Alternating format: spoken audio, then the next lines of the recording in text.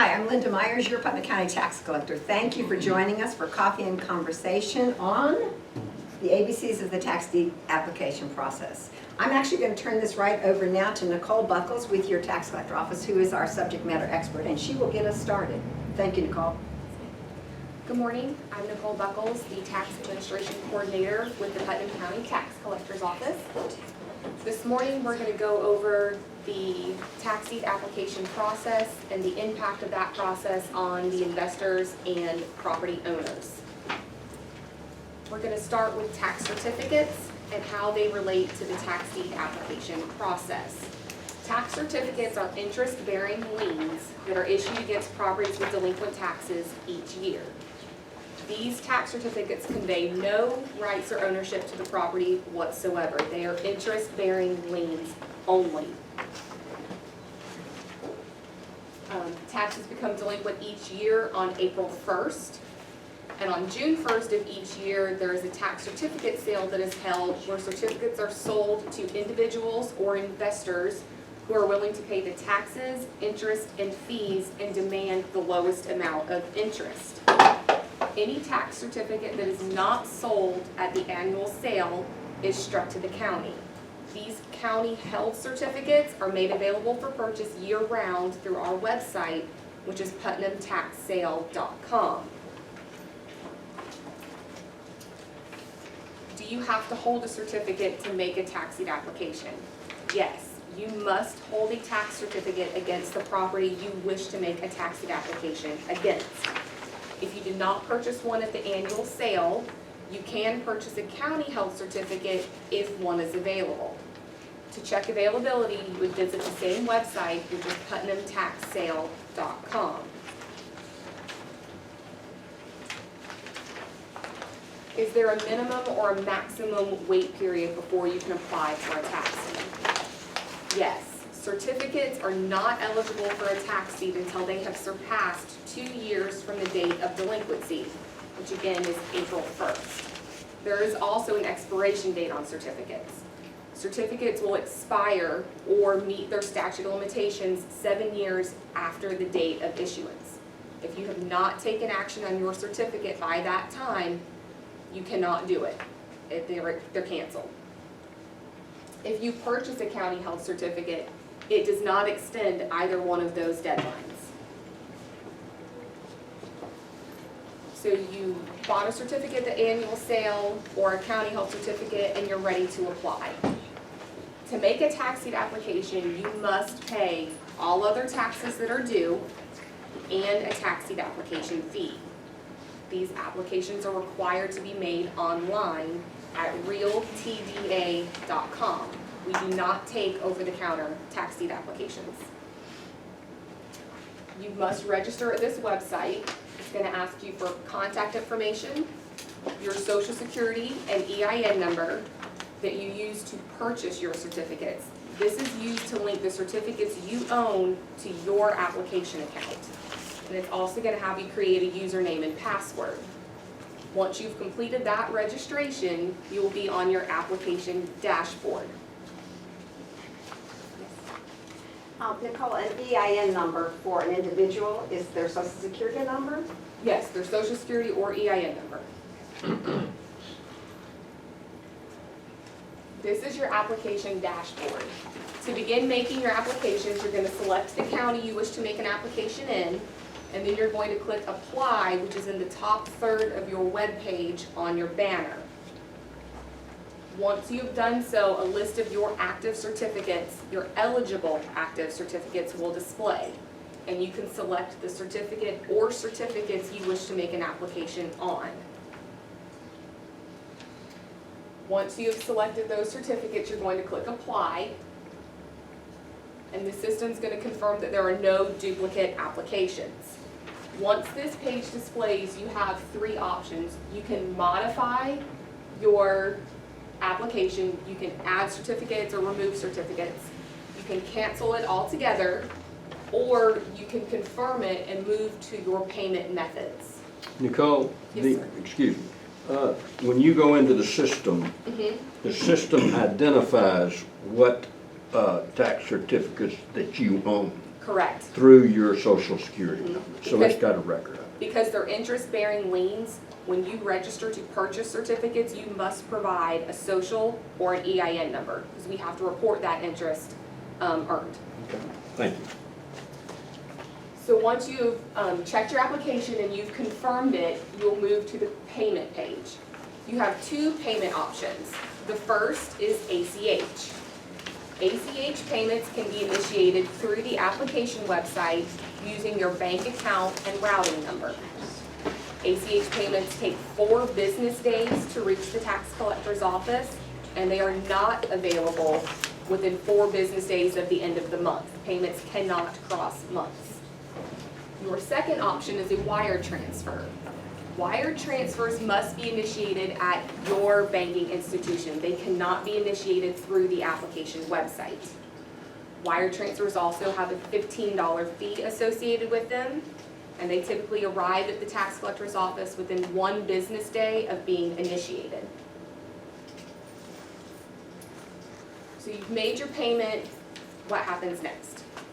Once your money is received by the tax collector's office, we will process the tax deed application, and that application is forwarded to a title company to have a property information report done. Property information reports are requested to identify parties required to be notified of the pending tax deed application, such as owners, mortgage holders, and lien holders. Property information reports usually take 60 days to be completed and returned to the tax collector's office. Once it is returned to the tax collector's office, it's reviewed by one of our representatives, and then it's certified to the clerk of court's office for the continuation of the tax deed process. Is the property owner notified, and can they still pay? Yes. As soon as an application is generated, we send a letter to the owner of record notifying them of the pending tax deed application. They can also pay or redeem their taxes at any time throughout the tax deed process. Should the property owner come in and pay their taxes and redeem that tax deed, the applicant or investor will be refunded their entire initial investment plus interest accrued through the date of payment. That money will be transferred back to the investor from the tax collector's office. There is no contact between the property owner and the person who made the tax deed application. And at this time, I'm gonna pass it to Donna Wheeler from the clerk of court's office. Good morning. Good morning. I'm Donna, and I'm gonna go over what happens once we get it in our office, and we're located at 107 North 6th Street in Building F. And what happens when we get the application is that the applicant is billed based on the required notifications, the newspaper publication, the sheriff notices, and the $60 clerk fee. The notifications are identified based on the parties listed in the property information report, and the applicant has 30 days to remit payment to the clerk of courts to avoid the cancellation of the application. Okay, once these payments are made, the property is scheduled for a tax deed sale, and the required notifications are sent out to the individuals that are identified in the property information report. And at any time prior to the sale, the property owner has the right to redeem the property. Let's see. And if this is thus, we cancel the sale, and a refund check will be issued by the tax collector if that happens. All sales are conducted via public auction on the internet in accordance with Florida Statute 197.542. Okay, this is a slide on where to go. You go to the auction calendar if you want to see what's coming up. And it's located at the website at putnam.realtaxdeed.com. Once you get there, it'll have, this is what it's going to look like, and it's going to give you the sale dates, and you just click on that date, whichever date you're interested in. You go up to, it has the different months up there that you can go to look at the different auctions that are already scheduled and set to go.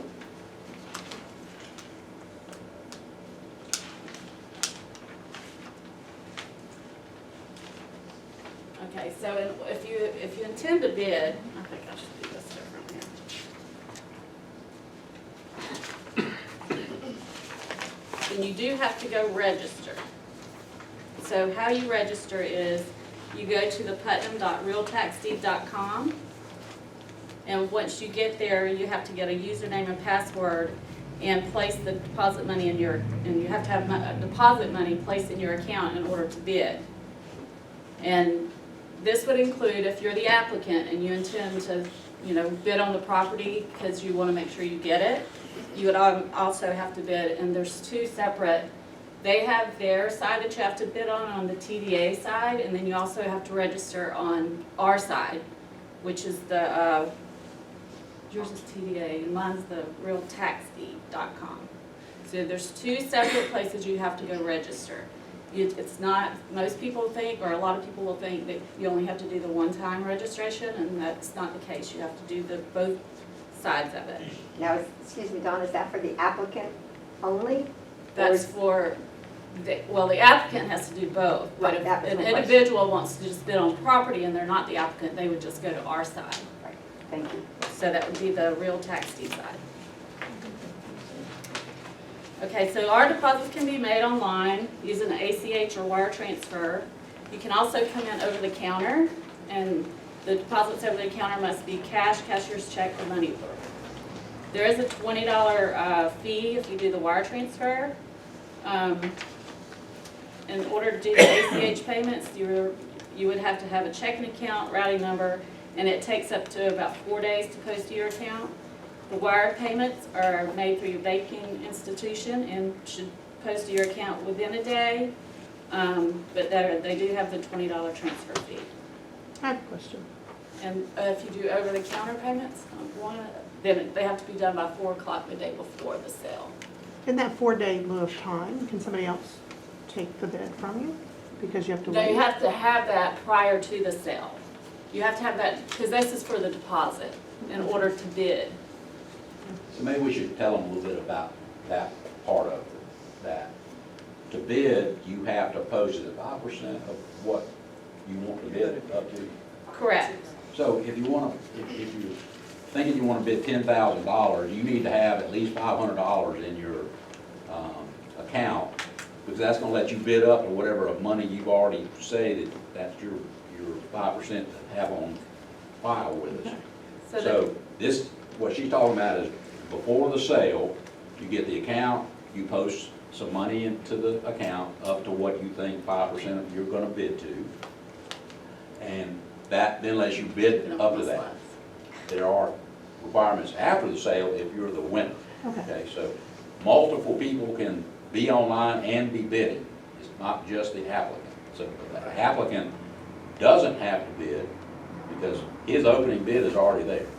That's all the interest that those money paid, everything that establishes that opening bid. That's his bid. If he wants to bid further, or she, the applicant, then she'll have to have money posted, and she would then become just a regular bidder like everybody else. If no one bids, except for the applicant's initial bid, then they get that property for that amount of money that started, and that happens sometimes. And then sometimes people do bid up. So, there's some nuances there, but it's just like a regular auction. If you were standing in front of me auctioning these properties like we used to do, there's an opening bid. And as soon as I say sold to bidder number whatever, you had to come over and give us 5% right then before I moved on to the next sale. If you didn't, then I would continue with that sale. So this just does it automatically, but it's the same kind of process. That's, thanks for letting me know. Yes, ma'am. I think we're very careful and cautionary if you're going to use the ACH process. I think we're trying to say, you can't do that the day before. Right. And sometimes it takes 4 full days for the money to be in your deposit account. So you'll hear us, every time we say ACH, we're cautionary, because we've had bidders who used ACH, the money didn't arrive in time. So but we're trying to differentiate between a wire and an ACH when we say that 4-day waiting. So if you're going to use an ACH, which is less costly, make sure you've done it plenty of days in advance. Don't get caught in that situation where the money didn't arrive and you weren't able to bid. Yes, ma'am. How soon can you deposit the money into your account? I mean, can you leave it there Yes, for a year and then be prepared? yes. It'll sit there until you either ask for a refund or use it at the auction. Okay. I see two different scenarios. I see a scenario where you're interested in ownership of the property and you buy the tax certificate, or you're interested purely as an investor. So if I'm interested in ownership, I buy the tax certificate, I hold it for 2 years, then apply for a tax deed, I guess, right? Yeah. If I'm an investor, I'm not interested in that at all. I'm just interested in the rate of return on my investment over the 2 or 3 year period. Are the bids posted? Can you go to the website and see what bids are out there, say, Yes. on a particular tax lien? Well, you can see what the opening bid is. Right. That the sale's gonna start at. Right.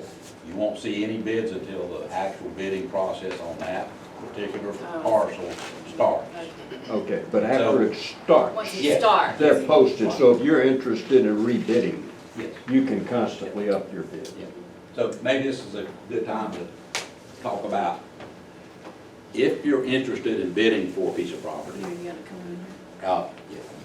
If you're interested in bidding on a piece of property, you can go into the system weeks ahead of time and say, I want to bid up to this amount. You don't have to be watching it. You don't have to do anything. It'll do it for you. Now, some people say, oh, well, it's just gonna go up to what I said I'm going up to. It won't do that. It only goes up in $100 increments, just like we did at the in-person tax detail.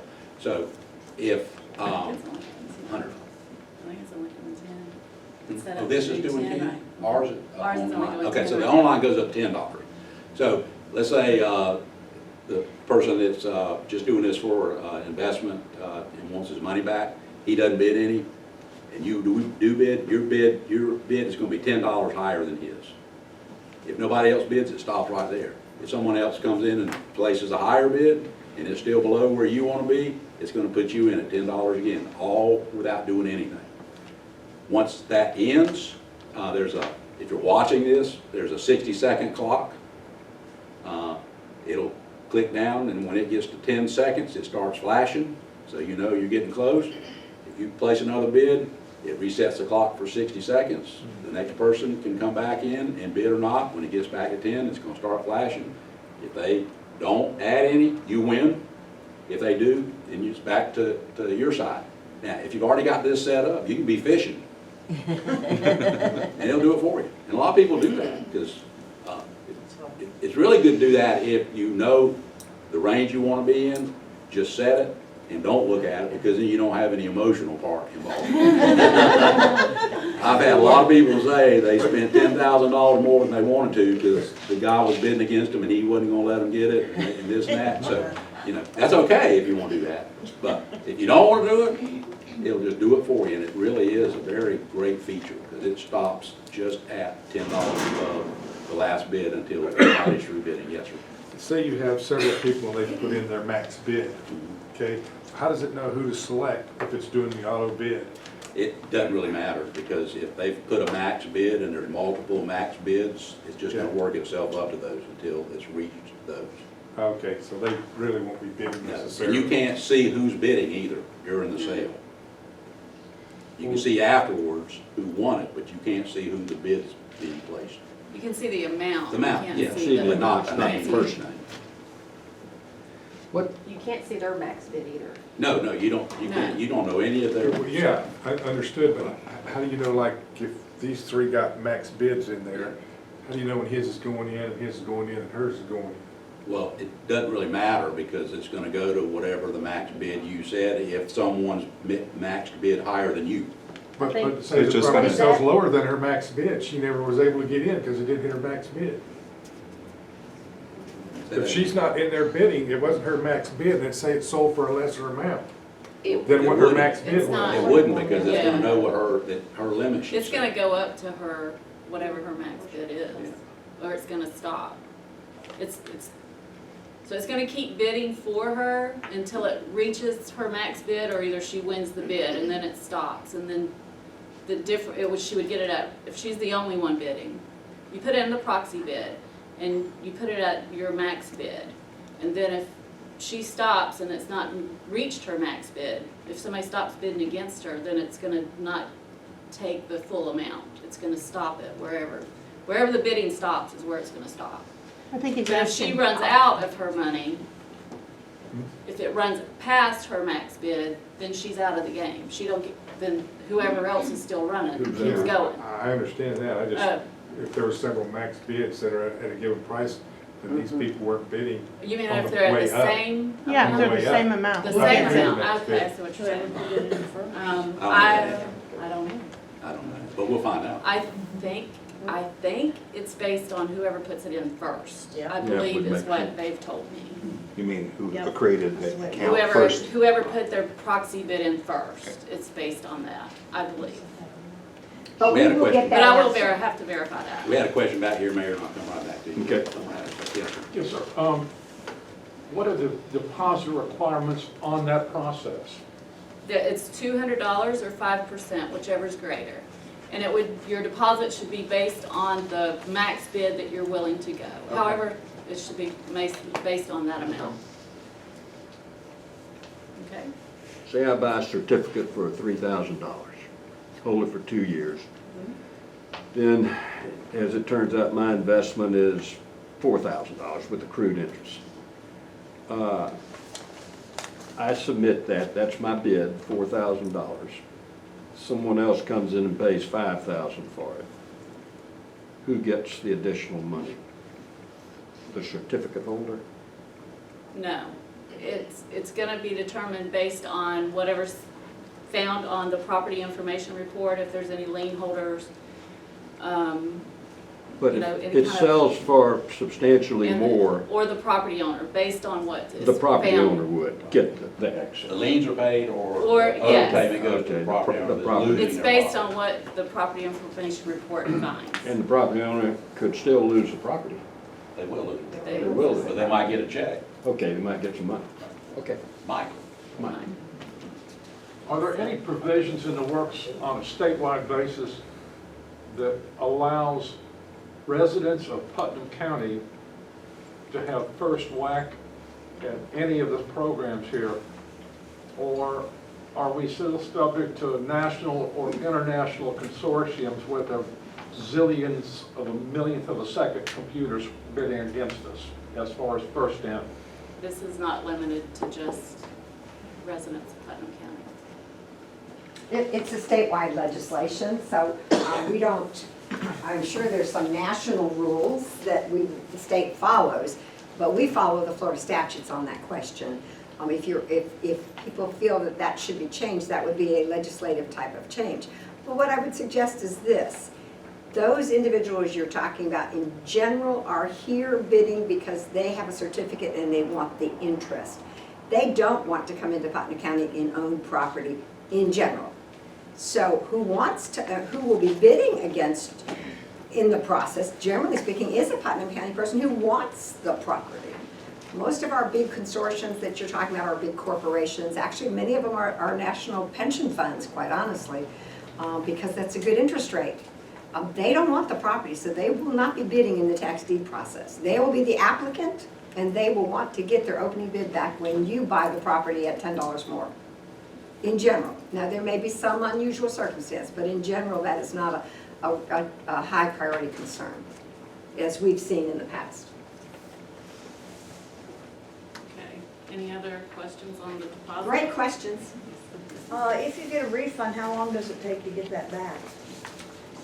We normally try to get them, it can be up to 45 days, because we have to give the people time to pay and all that stuff in order to close out the sale. So it could take up to 45 days. Okay. Hold on a second. Are you talking about your deposit you put in your deposit account? Yeah. There's no sale? Yeah, you I'm can, sorry. you just request online that you want that refunded back, and I think that check's cut within like just. That, yeah, those checks week are or two. like the next week, I'm Yeah. sorry. Oh, I was on okay, the yeah, applicant getting their refund. That's where my mind was. Okay, so the day of the sale starts promptly at 10, and it will run until all the properties are sold. The opening bids are based on The amount paid, at the time of the application, the amount to redeem the applicant's certificates, and any other costs and fees paid by the applicant is part of the opening bid. And it also will include the half homestead value if the property is assessed with the homestead exemption applied to it. I think we might make a note here. That's a very important rule. And that's a statewide process that protects a homeowner from losing their home, their homesteaded home, their official home, for just taxes due. I don't remember when that became law. It wasn't law that long, maybe in the 70s, 7 for Florida's Future, I believe it was one of those. Prior to that, you could actually lose your home for just your taxes owed. And so the legislature corrected that with this new rule. And so it's a protection for homesteaded properties. So now the price, the opening bid is not only what the applicant paid, but it's going to include half of the assessed value as the opening bid. So the property owner would lose the property, but he would get money, half of the value. Right. Okay. And So- the reality is generally those don't Right. sell Right. because it's too much money. So if you're the applicant and you're making the application, you would still be subject to have to pay that half homestead value if you're awarded the property after the sale. At the sale, you would still have to come in and pay that half homestead value. We don't collect it ahead of time, but we will collect it. Someone mentioned that this is worth investing for the interest that's paid out. It's good interest. What is good interest? And is it even for all of these sales or an individual? So the interest bid starts with your tax certificates. So this is where it starts. When you see that massive newspaper come out 3 times in May and it's telling you all of these properties are delinquent, if you want to purchase a certificate, you need to bid.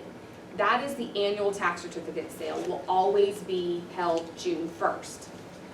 That is a reverse auction. The maximum rate of interest in Florida is 18%. So it will start at 18% and it goes down 0.25% from there. So the interest rates can be anywhere from 18% to 0.25%. Also part of Florida law is a 5% minimum. So no matter what you bid, you are guaranteed to get 5% interest return on whatever it is that you paid for that certificate, whatever the face value may be, even if they redeem it the day after the certificate sale. If you bought that June 1st and they redeem it June 2nd, you're getting 5% on whatever face value you paid. Now, once you have made the application for tax deed, you've rolled all of those certificates into one amount, it is 1.5% interest per month through either the date of sale or the date of redemption. So there's different interest rates. It depends on if you're just sitting on a certificate or if you've actually rolled those certificates into a tax deed application. So it depends on where it is in the process of what your interest rate is. So if you're bidding and you really want the property, you will bid the highest interest rate you could. If you're interested in rate of return, well, if you're interested in rate of return, you would bid the highest interest rate possible. If you're interested in buying a certificate, you would bid the lowest that you think. Well, the The only lower, time, the lowest interest rate bid will receive the tax certificate. the lowest interest rate bid will receive the tax certificate, and that's the only time you're bidding an interest rate. Once it goes to the actual sale of the property, you're bidding in dollars, not interest. So that's talking about the other process, which this is the end result of should that money not be redeemed. This is the next step for the investor. That's the process that's involved June 1st, and we will probably do another one of these next April to prepare folks who are interested in the tax certificate process, which is sort of the beginning step when the taxes become delinquent. So we look forward to that in the future. Okay, so after the sale, Then we have the, if you're awarded the property, the final payment can be made online using the deposit account or over the counter at the clerk of court's office within 24 hours. A tax deed will be issued once final payment is made. And if you're the applicant and awarded the property at sale, you will be required to pay recording fees before a tax deed is issued, dock stamps, and half the homestead value if it applies. The redemption by property owner is possible until the tax deed is recorded. So even though you may win the bid, if the property owner comes in before we actually complete the entire sale and the deed's recorded, they still have the right to redeem. And for further information regarding online sale process, you can visit the putnam.realtaxdeed.com website. Okay, they've already went over talked about a little bit about the buyer beware. And we do stress this because it's very important that you know what you're buying before you buy it, so that you are not, coming to us saying, uh-oh, I didn't mean to do that, which we have had happen. So it is sold on an as-is basis, and you should definitely do your research before you purchase any properties. So that's what. So will you go over the mobile home issue again, because we had some folks came in after I talked about that? For me to take mobile homes. Yeah, you take. So like she said, this is a buyer beware process. You need to know what you're buying. If it has a mobile home on it, there is no guarantee of a successful title transfer. There are steps that you will need to take after you have purchased that tax deed to get title to that mobile home. It's not an automatic transfer with the purchase of a tax deed. So you need to understand, once you have that deed in hand, there's going to be steps B, C, and D that need to be taken care of as far as mobile homes go. And at the end of B, C, and D, you may not own the mobile home. So we just want to caution on mobile home purchases on property. It can transfer, just be aware that there are some multiple steps and pitfalls involved with that. I think you have to have ownership of it to remove it, correct? Gets tricky. And if it's become real property, it's attached fixture to the land, it should come directly, right? If the title's been retired? So doesn't that just sound too simple? If the title's retired, it would. But a lot of people that own those don't know about retirement of mobile home titles, only like the newer ones that are being transferred. If the title's retired, it would, because the title's retired. But if it's not, it's in somebody else's name, and it doesn't go with the property. And Sorry. there are times in the past history, remember, laws change over time. So there may be many of our mobile homes are 25 years old on property and still livable in good condition. So back when that was put on that property, the ownership of it may not have had anything to do with the land, but it may have been taxed as real property, but now we have new laws that affect how a mobile home ownership transfers. So there's no one set rule for mobile homes, and it varies over the age and the time frame, and so that is why we're having this discussion. We have so many disappointed people that the mobile home they thought went with the property either doesn't, or is going to require extra steps, including perhaps the end of judicial decision.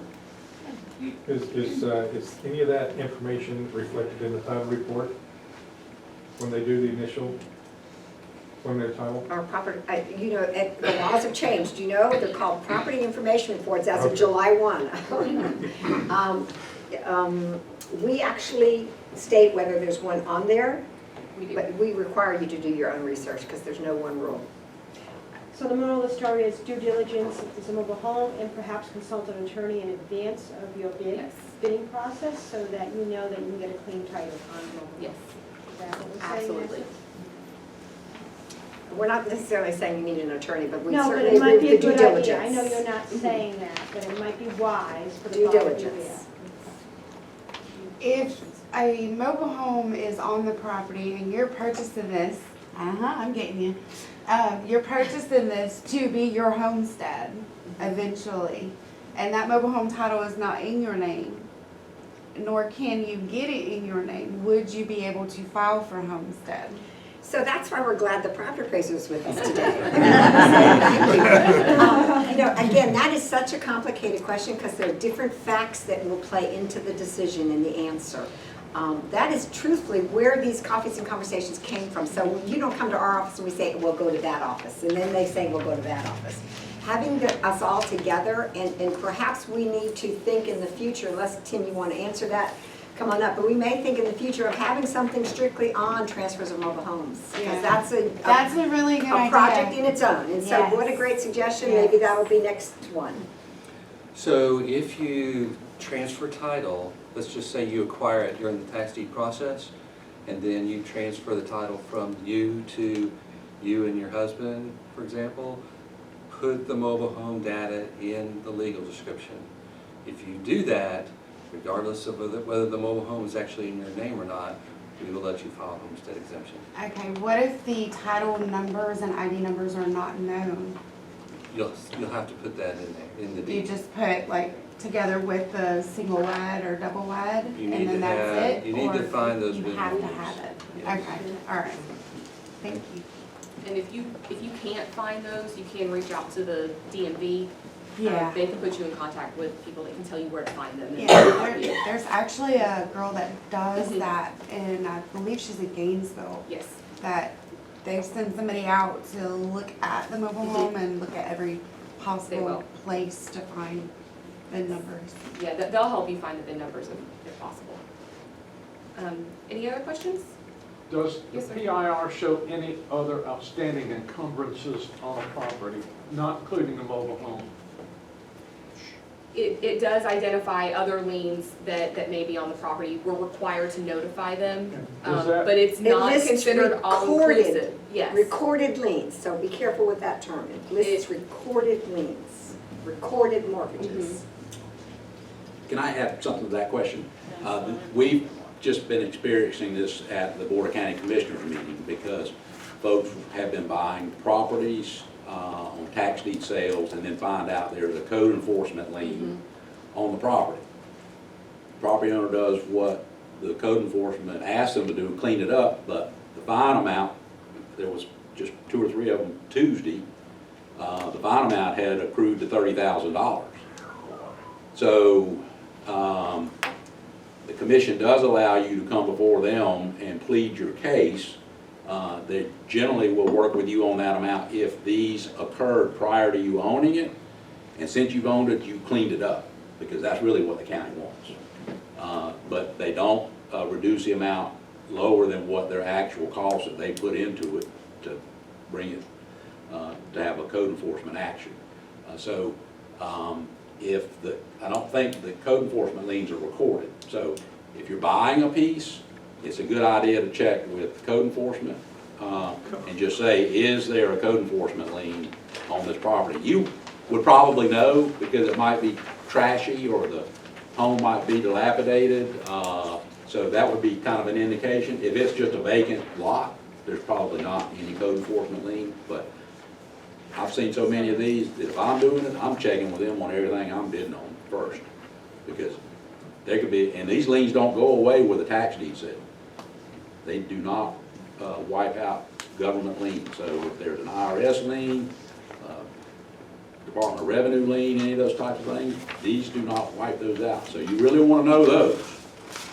Okay, so, but recorded liens, it would. So you would get title insurance before you bought the thing? You Before you don't. bought the deed? How Well, would you do don't that? get title insurance when you buy it at the tax deed sale. Didn't think so. You would have, they would have to accept out any interest that the prior owners have. You have 4 years until you can actually get true title insurance on it. It also goes that in the case of the city of Black or other, they have their separate code enforcement process. So if it's a city property, you need to check with the city. Just Yeah, and that would probably be in housing- any municipality. Right, Yes. so just. You would want to be explain it checking as a with their separate code process. office, not the county. The moral of the story is you've got to do your research on a property that you're interested in. The property information report What's identified in that report is governed very specifically by statute. It is not meant to be the only method that you use to identify encumbrances that might be on a property. It's identified for notification purposes. It's used to notify people of the tax deed. It is not meant as a title search. So that's very important to understand, that you have to do your research. If you're within a municipality, check the municipalities, check the county, know what you are buying. And it's also searched through a certain date, so after that date, if something were to get, be reported after that, we don't know about it, so. You made a comment that not all code liens are recorded. I don't think, Government knows. they're not recorded in official records. Okay, The county keeps a list of them. okay. Any other questions? Yes, ma'am. So to acquire the certificates, you have to pay all of the back taxes. To acquire the certificate, it's certificate. only one tax year. So you're One tax paying the year. taxes, interest, and fees for that tax year. For a single tax year, okay? For a single tax year. When you do the tax deed, if they owe 6 years of taxes plus yours, you have to pay all of those Okay. to make it a tax deed application. To make the application to get to the auction, to Correct. purchase the property. Is there any hope for a property where somehow the outstanding taxes exceed the value of the property? I mean, like vastly exceed the value of the property. That does happen. It happens, unfortunately, it does happen a lot. I'm not sure that there's a hope is a great question. Yeah. It was a great statement. Is there any legal definition that would impact that? I don't know of one. However, if the tax deed application is more costly than the underlying property, no one usually will buy it at tax deed sale. So when the applicant takes it to tax deed sale, they will not record it, and they will just have lost their money. That property then goes to a different list called lands available for tax, list of lands available for taxes. The owner still owns it. The owner still owns it at that point. So there's still opportunity for the owner to work on redeeming it. We can go further on that because we have two groups of people here potentially. We have investors and we have property owners, and both of those are very valid points of view that we want to make sure everybody walks away understanding options. There's some rules about how long it sits on that list before it goes to the next list, and that just goes, there's another list after that. So with all of the lists, at some point, all of the back taxes have to be paid, correct? Correct. There's no point in the process where there would be an abatement of taxes. Probably not an At abatement. some point, the taxes have to be paid unless the certificate expires, in which case that individual who holds the certificate has lost their initial investment. So if it reaches that 7-year statute of limitation, Before it's been called a tax deed. before it's been called to tax That's a deed, different process. then those taxes they're gone. The taxes were paid when that person purchased the certificate, they chose not to act on it, so it's considered void at that point. For ownership to change, those taxes have to be paid. If those taxes aren't paid, the owner We're getting continues. into the next level, and the county is actually playing in the next area. And so after the list of lands available for sale for taxes, after 2 years? 3. 3 years, that then goes to the next list, which is it actually, the ownership does change. It escheats to the county, and now the county owns it. Now, the county has just embarked, they're on their second, I don't think it's happened yet. No, not yet. They are actually selling those properties. So at that point, they would love to capture that amount, but it's an open auction, and I believe I've seen the minimum bids are $20. So they have just started this process. It's a whole nother process, so I don't want us to get all these processes mixed, because now we're talking about multiple different processes. However, at that point, the county owns it, so they don't owe themselves taxes, right? So then they have just embarked on, which I think is a good policy, to try to make these lands productive again. They are doing sales, I don't know if they're every other month. They've only done one, and the second one is sometime soon. And then that's just an open auction at, I don't know what they've been selling Sealed for. bids. Sealed. Sealed bids, sorry. In fact, it's a this sealed lady was bid. just asking me that question. And they get that information out at the Board of County Commissioners Complex, at the Building and Zoning Department, or Building and Planning Department. That's really where you would get that. But these are lands that have escheated to the county. They want to get these back into private ownership. The minimum opening bid on these parcels is $20. So you put a sealed bid in on what you want to do, and they open them up on the day, and the highest bidder gets the property. So if you're interested in those, as this lady is, and I directed her out to that office, and they have that list, and you can do more research there. When is the next sale? I'm not sure, but those were all published in the paper. Yeah, not one. What- Well, you can actually go on the Board of County Commissioners website, and you can go to Under call General for bid. Services. General services, General call for bid. Services, you go to General Services tab, it'll say Departments, you're gonna pick General Services. When that comes up, right in the middle are all the bids that are out right now, and that would be listed as well. I'm sorry, the Board of? The Board of County Commissioners, Putnam County, It's Putnam-FL. Putnam-FL.com. if you go there and under Departments, you can say Departments A through M and M through Z, and then find General Services, and click on that tab, and you will see all the bids that are out there, and it will include the escheatment deeds.